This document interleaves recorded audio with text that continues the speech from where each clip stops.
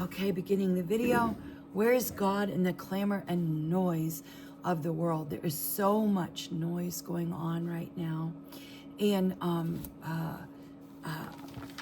probably going to be talking some more on Monday about a subject similar or related to this one. And I'm just going to write down a keyword so I don't forget, because my weekends are so busy. Sometimes I can get moving and forget the thought that I had Friday morning. So I want to start today in with 1 Kings.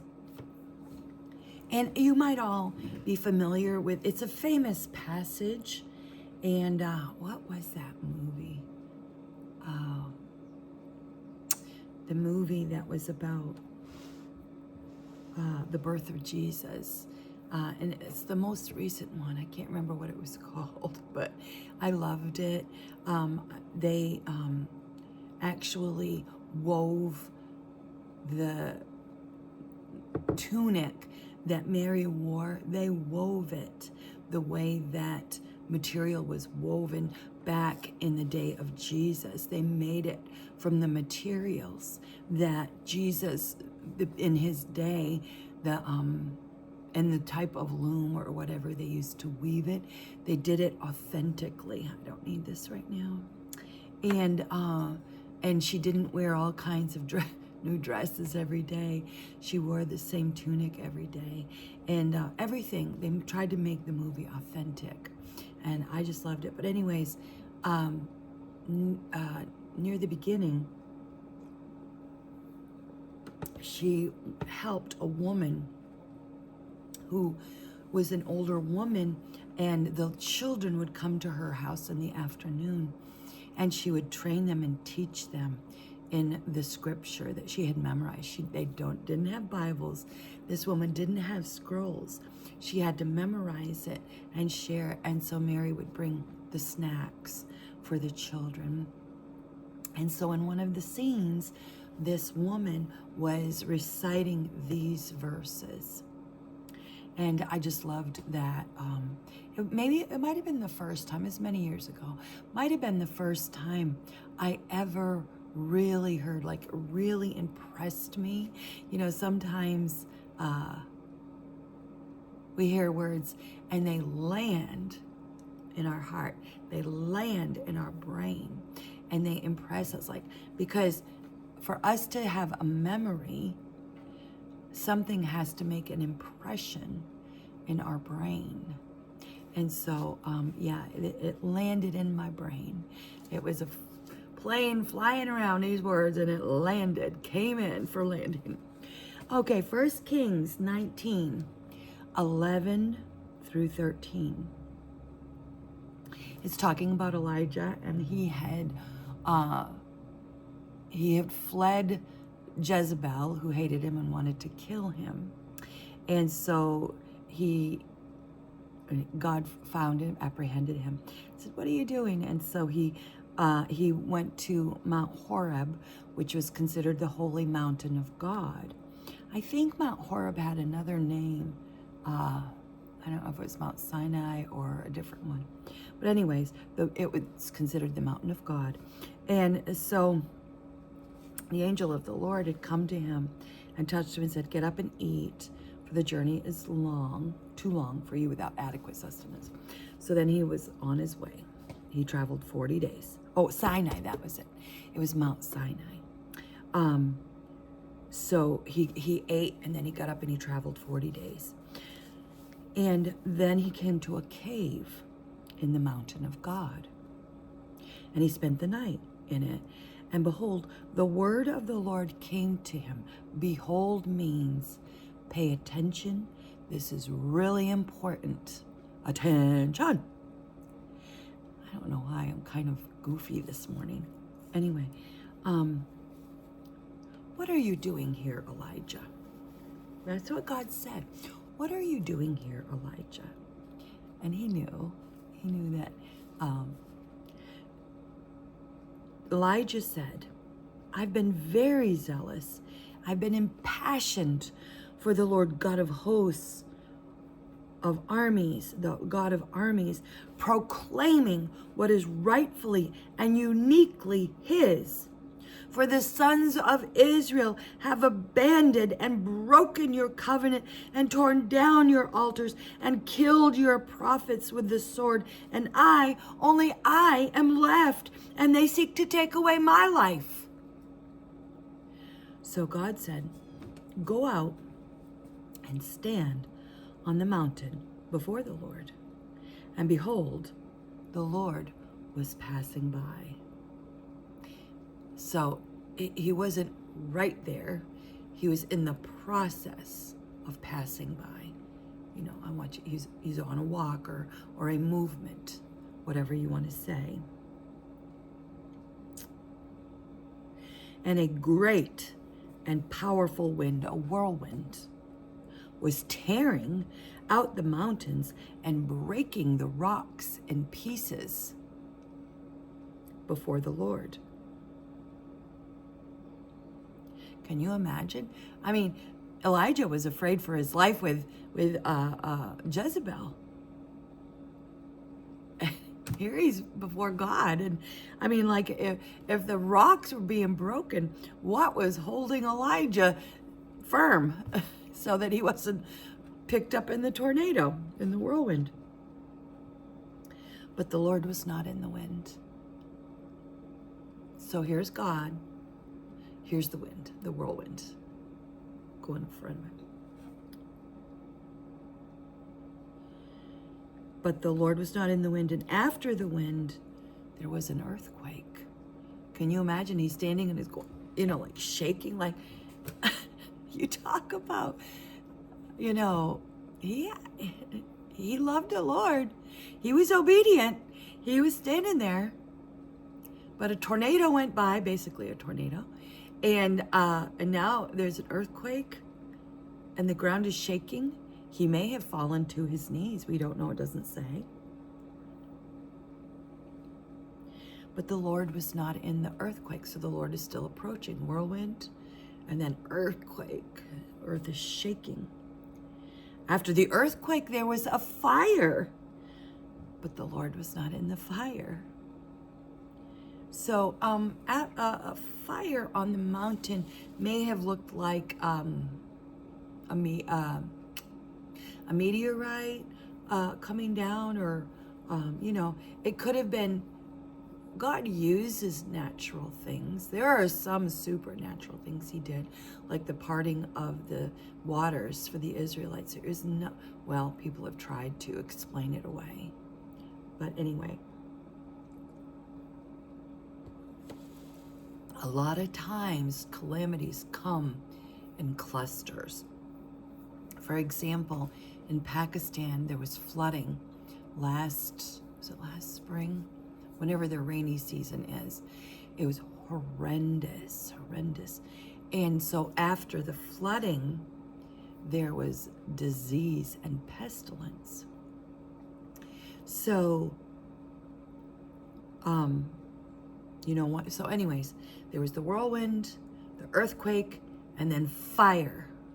You know, maybe there was lightning that hit something and it burst into flames. Who knows? But anyways, there was fire because of God. But the Lord was not in the fire.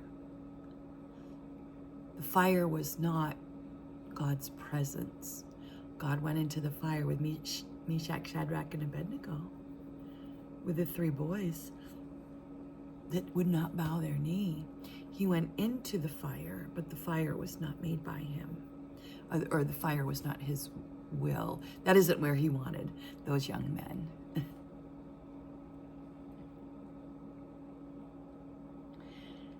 After the earthquake, there was a fire, but the Lord was not in the fire. And after the fire, there was the sound of a gentle blowing. Gentle. This isn't a big wind. It's just like a little breeze. When Elijah heard that sound, he wrapped his face in his cloak or mantle and went out. So he was in the cave it went out, but it said earlier on, he said, go out and stand on the mountain before the Lord. So he was in the mountain. So when Elijah heard that sound, he wrapped his face and went out and stood in the entrance of the cave. And behold, a voice came to him and spoke. So here God was walking, it says, the Lord was passing by. So before the Lord came, there was the tornado, the earthquake, the fire, and finally, peace. And that's where God was in the peace. Where is God in the clamor, noisiness, chaos that is in this world right now? Where is he? He's here. He covers his, what does that verse say? Like the waters cover the sea. He's here. His presence was released. When Jesus rose and sat down at the right hand of his Father, the Holy Spirit was released over the earth, in the earth, in us. That's so there is storms, there is fire. You know, it said in Revelation, this I might talk about some more on Monday. It spoke about, God sent the rainbow for a purpose, and it wasn't for the alphabet people. It was not for that purpose. God sent the rainbow as a promise, saying he never again would destroy the world with water. He never again would. And this is just an FYI. The rainbow that the alphabet people used only had 6 colors. That's the number of man. The rainbow that God sent as promise has 7 colors. That's just a little side note. Research it. Search it out. But in Revelation, it talks about destruction by fire. It didn't say that the world would ever be destroyed by water, but it said that 1/3 of the world's waters would be poisoned. And then it would happen again. So 1/3 would be poisoned. So then 1/3 of the 2/3 would be poisoned after that, I believe. I mean, I don't know, because I don't know if Revelation is linear. In other words, like it begins at a certain time and then ends at a certain time, or if it's like at the beginning in Genesis, we're told the history of the origin of the world, and then we're told about it again from I don't know if you'd say a different perspective or with different details in a different way. Read it. Genesis 1 and Genesis 3, I think. Or maybe it's just Genesis 1 and Genesis 2. So Revelation might be more cyclical, like cycles, like trying to explain to us. And I want to just point this out. Revelation is the book of the revelation of Jesus Christ. And you know what people do? People study it looking for the calamity and the destruction. And Jesus isn't destruction. People don't read it looking for the glory. And the book of the revelation of Jesus Christ was revealing the glory of Jesus Christ. And that is how we should read that book. I was brought up on the teachings of Hal Lindsey, and I'm telling you what, he made you scared. And I understand his heart. His heart was he didn't want people to end up destroyed. Even though he was talking about destruction constantly, he didn't want people's lives destroyed. And so he was trying to scare them into heaven. But the scripture says it is the goodness of God that leads people to repentance. That should be our focus. The goodness of God, the power of God, the love of God. God has been so misrepresented in this world. Why wouldn't people hate Christianity? I hate the word. I've come to, well, hate might be too strong, but I have come to despise the word Christianity. I don't like to call myself a Christian. I am a believer in Jesus Christ. But there are people who don't believe in Jesus Christ. They don't believe in the Bible. They don't believe that there is only one way to heaven. And they call themselves Christians. And their beliefs are willy-nilly. So the voice of God came in the gentleness and the quiet after the destruction. Monday, I'm going to be talking about pulling up scriptures on how Revelation speaks of destruction upon destruction. But we are to look for Jesus. We are to stand in the quiet place, waiting for God to show up. Here is my message. I'm gonna be reading just a few more scriptures, but here is my message. As the world gets louder, trying to demand our attention, it will be imperative for us to go into the cave, to go into the quiet place, to go into the bathroom, into the car, into our bedroom, somewhere, and sit listening for our Savior. It is only through his voice that we will be kept in safety. Walking through the world right now, God gave me a picture of this, is like walking through a minefield. The Holy Spirit is kind of like a dog that has been trained to sniff out the mines. A dog sniffer. I don't know why. I'm being so goofy this morning. So as we walk through this life, the Holy Spirit is sniffing. Turn right. Whoops, right. My other right. Turn left. You can go straight. 2 steps. Then turn. Take a giant step. It's almost like, what's that game? Mother May I? I don't know if you've ever played that game. This is like Spirit May I? And the Spirit will say, take 2 giant steps. And if you don't, you'll take a regular step and you'll blow up. That is the way this world is becoming. We don't even know. We don't know what's coming down the pipe. God is telling me some crazy stuff. And I feel like some things I'm doing are like, they don't necessarily make sense, but I'm doing them because he has called me to do them. They don't even appear spiritual, but they're helping me grow in my spirit. So anyway, let's go to Proverbs.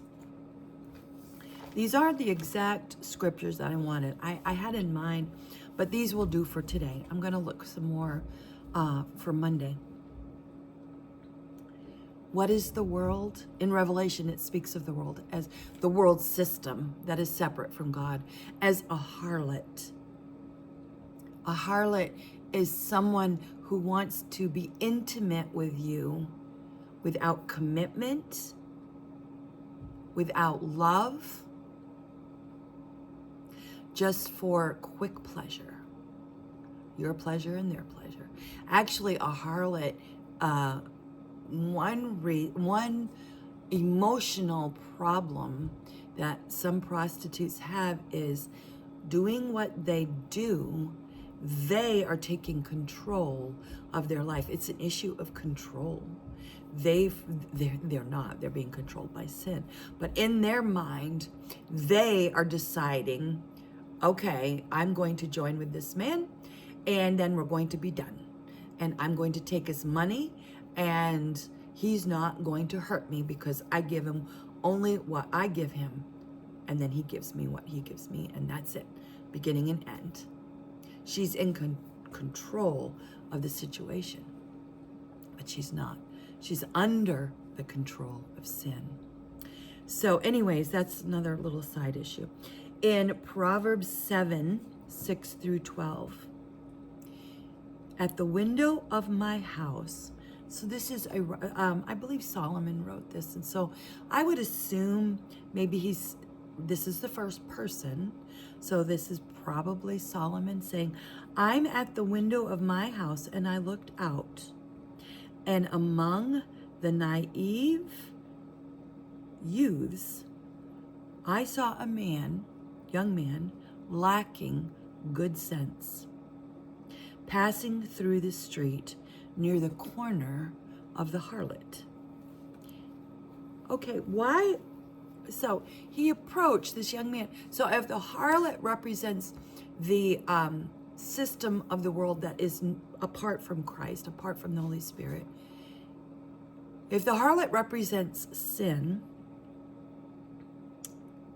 he passed through the street near her corner. And don't women, streetwalkers, still have corners? They still like, this is my corner, and if somebody shows up, you're like, they're very territorial. Why would anyone pass near the corner of sin? Why would you even go near? Why wouldn't you go another route? We choose where we walk.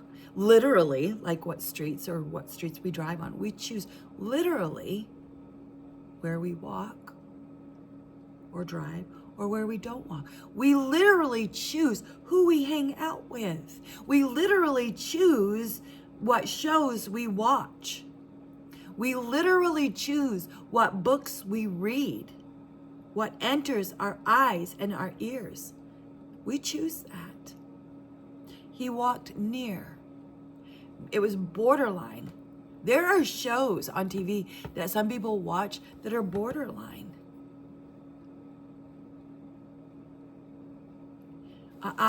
Stephen and I our viewing is like narrowing down, narrowing.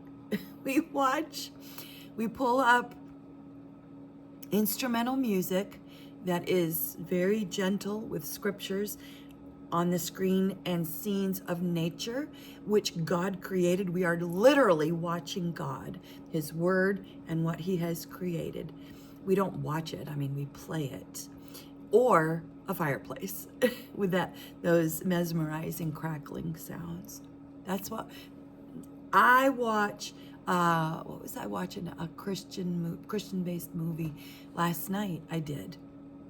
But, there it is. Even that, I felt like they had to throw something. This is what it was. There was a scene of a woman with a dress just above her knees with a what do you call that? A slit in the back a little bit. A walking slit or whatever. And so she was going upstairs and you could see a goodly part of her thigh, but she was representing a woman of the world. But still, I saw that. We don't need to see that. It can be intimated without that. But anyways, so even that was a Christian-based movie. It was comparing a woman who loved the Lord and was praying and a woman who was godless. Yeah, so anyways, I got off on that. So he passed near the street where she was, and he took the path to her house. He goes, walking down, oh, hey, maybe I'll go up there. In the twilight, in the evening, what happens at night? That's when evil comes out. In the black and dark night, and there, a woman met him, dressed as a prostitute and sly and cunning at heart. She was a businesswoman. She was in it for business. And isn't the evil one in it for business? He is. He has goals. The evil one wants to steal, kill, and destroy us. He has a purpose. And he's a hard worker. He never sleeps nor slumbers that I'm aware of. He's at work 24/7. That's why every night before we go to sleep, I pray for protection while we sleep. She was boisterous and rebellious. She would not stay at home. Let's read that in King James. She was loud. Sin is loud. Sin screams at you.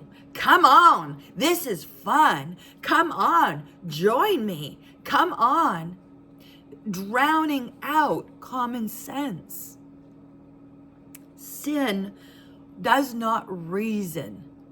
Sin yells. The evil one is a bully. He shoves and pushes and pulls. And God is quiet and gentle, waiting for you to come to him, waiting for you to invite, knocking on the door. He waits till that you want him. He waits for that. At, how far was it? And through 12. At times she was in the streets, at times in the marketplaces, lurking and setting her ambush at every corner. This world is loud. What is lurking at the corners right now? The news is lurking at the corners. I am telling you, do not watch. What do they call that? Legacy media. Only for this, if you want to do one experiment, listen and write down what they're saying and what it is trying to stir up.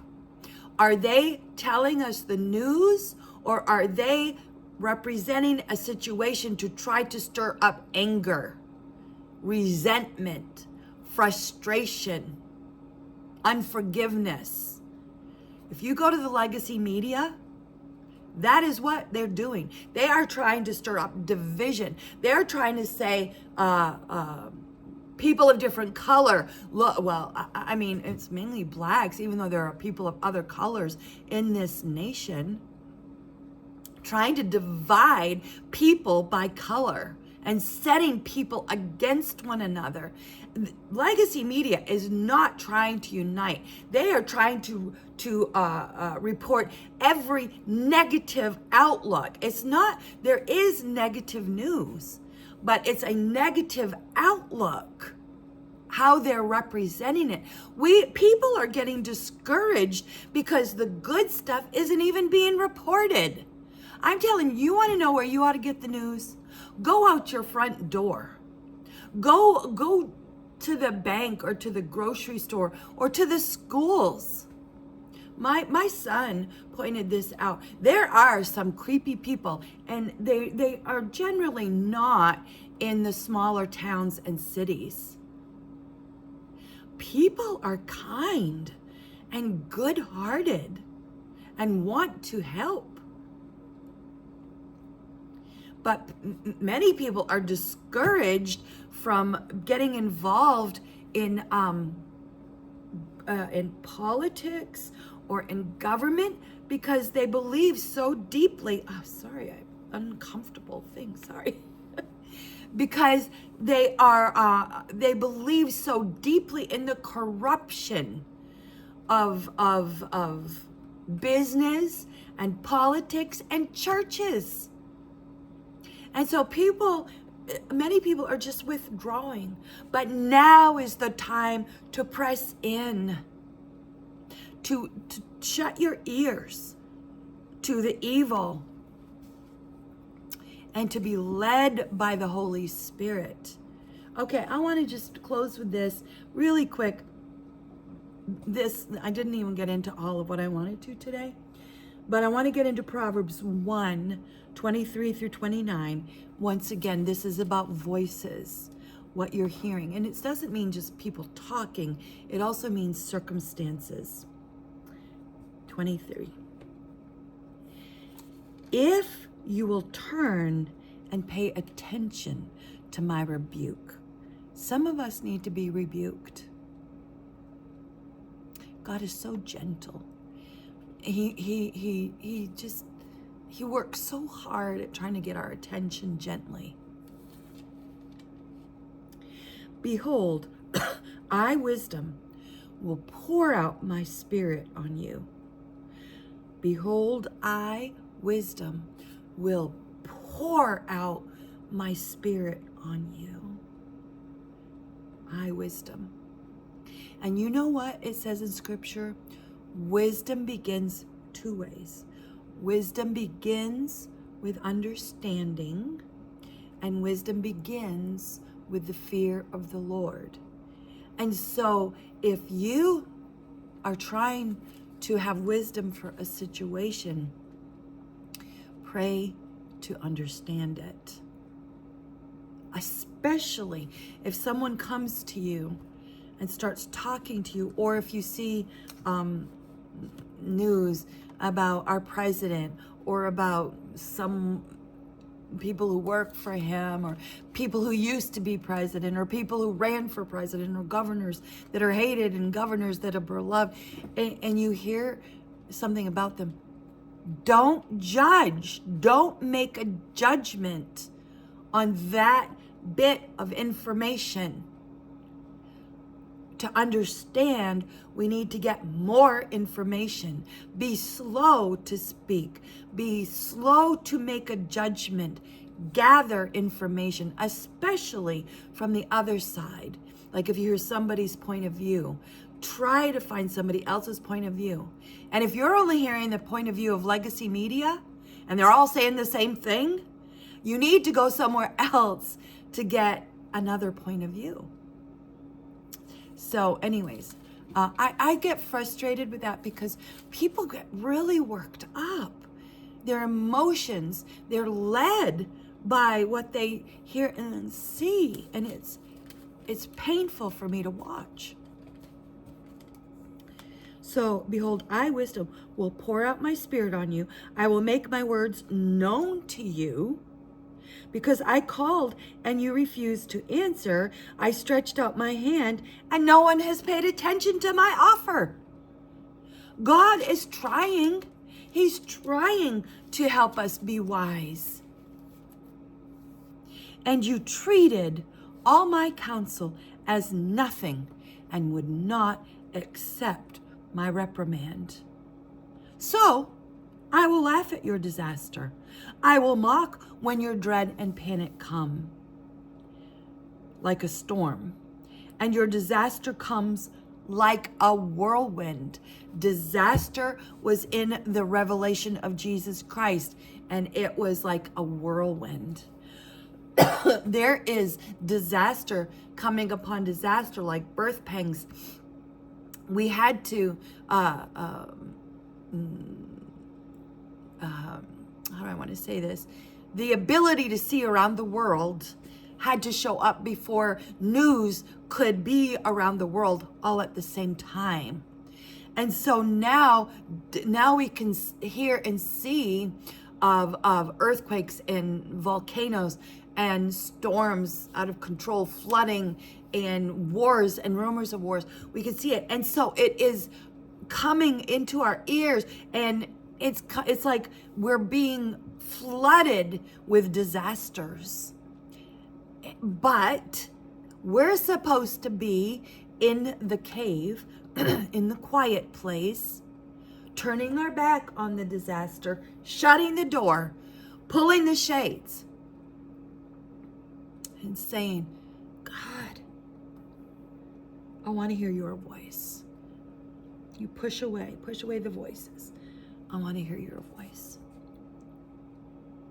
Your disaster comes like a whirlwind, when anxiety and distress come upon you as retribution. Then they will call upon me, wisdom, but I will not answer at that time. We won't even be able to hear him if we don't shut out disaster now. The disasters will be screaming at us, and it will be so loud we won't be able to hear. They will seek me eagerly, but they will not find me. Seek me while I may be found. That is scripture. Because they hated knowledge, remember, wisdom begins with knowledge, and did not choose the fear of the Lord, obeying me with reverence and awe-filled respect. They chose. People have chosen foolishness, and therefore foolishness screams in their ear. The harlot is loud. The harlot is the evil one, and the evil one doesn't want you to hear the voice of God. The evil one wants you to be afraid. The evil one wants you to be isolated. Do you know that that is the number one sign of an abuser? Isolation. I was with an abuser for a brief period of time in my life. That's the first thing he did, was he isolated me from friends and family. Isolation. We need to gather. We need to be with believers, not just with people. We need to be with believers of the Word of God. Hallelujah. Good morning, Brother Kevin. Hallelujah. Well, wow, I had a lot more. I will carry on Monday at 9 o'clock. Thank you for joining me either now or later on. I will be uploading this later on. So if you are not a believer and you hear this, try him, try God out. Try the Holy Spirit out. Just try him. Try him. His word, he's faithful and true. I know that. You might not know that. Try it. Say, God, show me if you're real. He loves you. He's going to show you. If you just ask him, help me, he will. He will. He'll do it. Hallelujah. Now, okay, I'm going to spend a minute praying in the Spirit. If that offends you, walk away, turn off the broadcast. Go otora namakete ya namako otora namakete. Ko otosha tora no mako kora namakata. Yara namake eti yara namako shotora namakete. Namako otosha tora. I forgot to put on my oh well. Yanamako oro namaki ishata. Tora namaki ishata namaki itea. Kora namakasha tara namaki ite. Kotora namakata shatara namekete. Kora namakana mekia yana namoko. Kora namakite yanamaka. Momomoko to ye anaka. Anamakite yana kono no kotora namaka. Katata shata namaka. Onamakora namekia. Namakara namakia.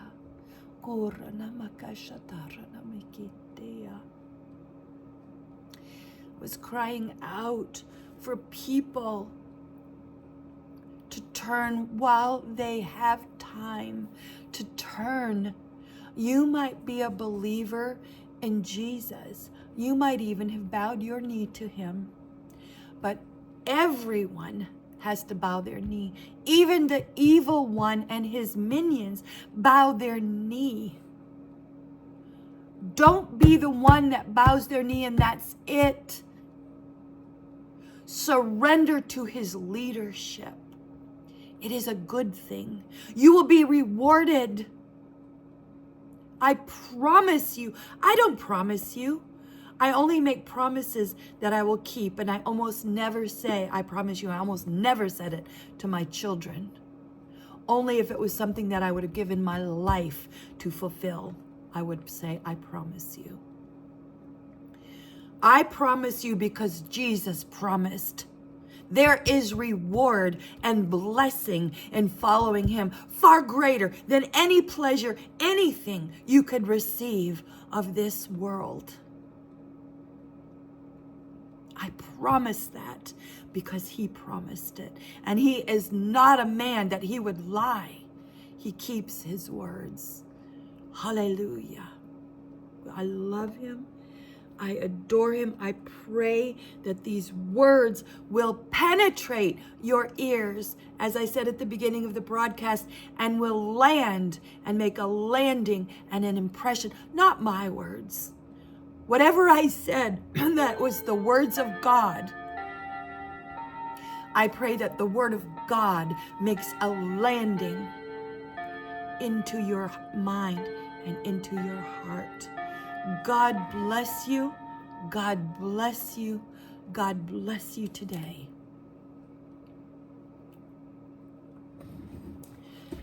The end.